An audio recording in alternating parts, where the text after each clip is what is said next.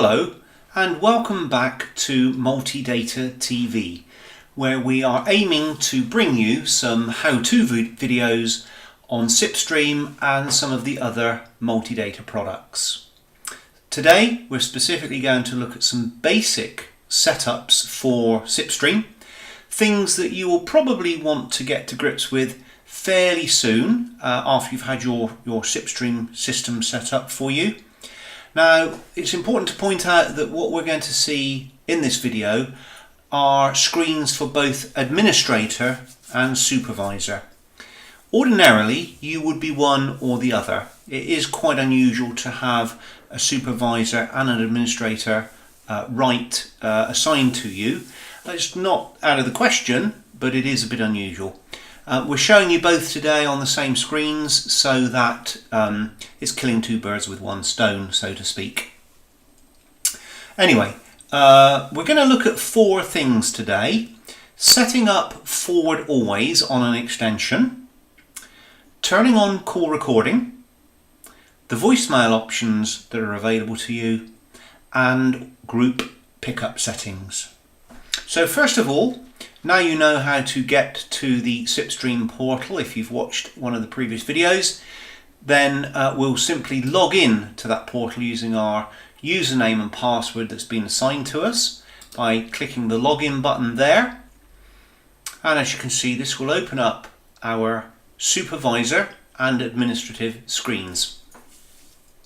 The top half of the screen shows us all of our extensions, the extension numbers allocated to them, the DDI numbers allocated to those extensions, and whether or not those are pure desktop extensions, as in the case of Sean Savage, George, Bristol Support, etc., or whether they be auto attendants or groups. More about those in some later videos. So let's have a quick look at some of the drop down boxes we've got here. Under supervisor, these are the actions that you'd be able to carry out. Again, more about those in later videos, and the same with the administrator. As you can see, there are more functions that the administrator can do, and we'll talk about those another day. So for now, starting with our first activity, we're going to look at setting up forward always. So I'm going to go into extension 204, which is Sean, because it turns out that Sean, our salesman, has been in the office this morning and now he wants to go out on the road. So he wants to divert all of his desk phone calls straight to his mobile. Now, a nice rule of thumb to bear in mind is that the black triangle, if you click on it, will show you the settings that currently exist for that extension, auto attendant or whatever, and the pencil is what will allow you to make any changes. So I've just clicked the pencil there and it's now opened up the settings for Sean Savage's extension. And what we want to look at today is the forward always under the call forwarding section. As you can see, forward always is currently off. Sean is going out, as we know, so he wants to divert all his calls to another number, in this case a PSTN, which means mobile or landline. So if we just type his number in here, and if we've used it before, your browser may pop up with it, which makes life a little bit easier. So that's Sean's mobile. He wants to have all calls directed to that number. We then scroll down and hit the next button. If we don't hit the next button, the change will not be implemented. There we are, simple as that. So now you know how to set up call forwarding always. Now, the next thing we wanted to look at was turning on call recording.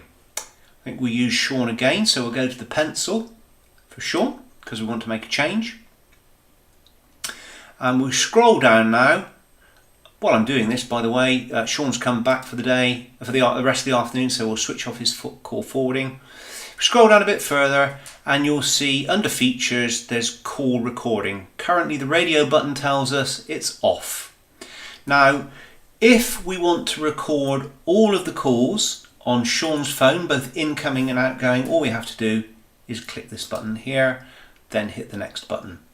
An important point here is that if a call comes into Sean's phone via a group, and you may have noticed there's a group called Sales, if the call comes into Sean via the Sales group, then if you wanted that call recorded, you would have to have call recording switched on the group as well as on Sean's phone.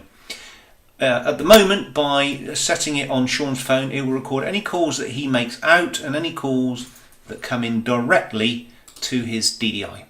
Don't forget, we need to hit the next button to implement the change. So in one foul swoop there, I've switched his call forwarding off and I've enabled call forwarding. Let's now look at the voicemail options that are available to us. Voicemail is an incredibly powerful feature that is available to every extension and every group, hunt group, and what have you. And it enables us to ensure that if we receive any calls that go unanswered, we will get some indication of that, and we'll also get a message. But it's what happens to that message. How do we deal with that? Well, let's have a look again at Sean. We will click the pencil because we want to potentially make a change. And under the voicemail section, you can see there's a radio button. Currently, yes is selected, so Sean's phone has in fact got voicemail enabled, but equally it could be disabled. And equally, we could, instead of having messages sent to Sean's phone, we could have them sent somewhere else, such as a group voicemail, for example, or if he had a secretary or a personal assistant, it might go to his personal assistant, but he doesn't have one, so we need to go back to yes. And now here are the choices. Use email, no, store only. If you select that, what will happen is that anybody that leaves a message will hear Sean's pre-recorded message saying, sorry, I'm not at my desk, please leave a message for me. And that message will be stored on the phone itself. So when Sean comes in, there'll be a little red flashing light. His message button will be lit up on his phone. He will then press that and it will go to the voicemail options where it will read back the time, the date and the message itself. That's storing it on the phone. If we click this button, it will not only store it on the phone, but it will also send an email to this address to let Sean know that there is a message waiting for him on his phone. And if he's out of the office and he's got remote voicemail capabilities on the SipStream system, he can, by using his PIN, access the remote voicemail to hear that. A third option, which is quite useful, is to store the message on the phone, again with the red flashing light, but at the same time to send an MP3 version of the message to Sean's email. So he gets the best of both worlds. My preferred option is attach only, don't store.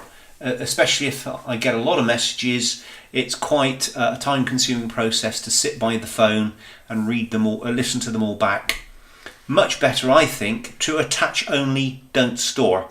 What happens now is that any message that gets left on Sean's voicemail will go straight to his email as an MP3 attachment, together with a time and date stamp in the subject field, the message itself, of course, and also, if the caller has not withheld their number, it will also highlight the number that has called in, such that if you're using a smartphone, whether it be iPhone or Android, that number will be highlighted in the message. You can touch it on the screen and it will dial back that caller instantly.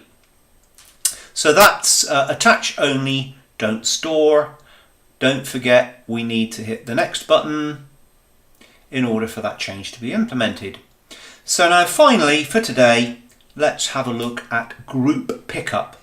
Now groups are groups of phones, so in this case sales, and there may be 1, 2, 3, 4, 5 or more phones in the sales group, but this is not what we're talking about now. We're talking about pickup groups.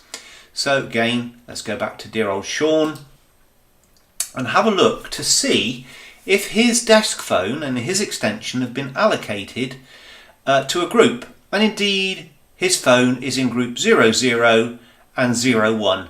And we can add him to as many groups as you like. Now, on this side though, it says that he can pick up ringing phones in group 00. So in this case, if he hears a phone ringing on somebody else's desk and they're not answering it, if they are also members of group 00, he can press the group pickup button on his phone and retrieve that call. So adding people to groups and pickup groups is as simple as selecting the group from the drop down box, hitting the add button and then hitting the next button to implement it. So that covers everything that we said we'd cover: setting up forward always, turning on call recording, voicemail options and group pickup settings. Just a quick note here about call recording. It is free on all SipStream systems. You do get 1 GB of free storage, which for most organisations is enough for around a month's worth of calls. After that, the storage will be overwritten. So you will probably want to download calls, store them on your desktop. We will show you that in a later video. But it's also possible to buy additional storage, and it's also possible to specify how long you want us to keep calls recorded for. So you might, for argument's sake, say, I want calls recorded for 6 months, and that can be accommodated.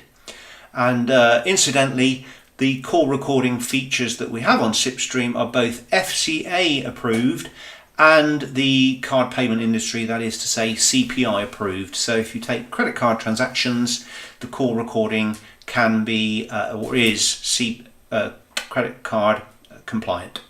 Anyway, thank you for listening and thank you for watching.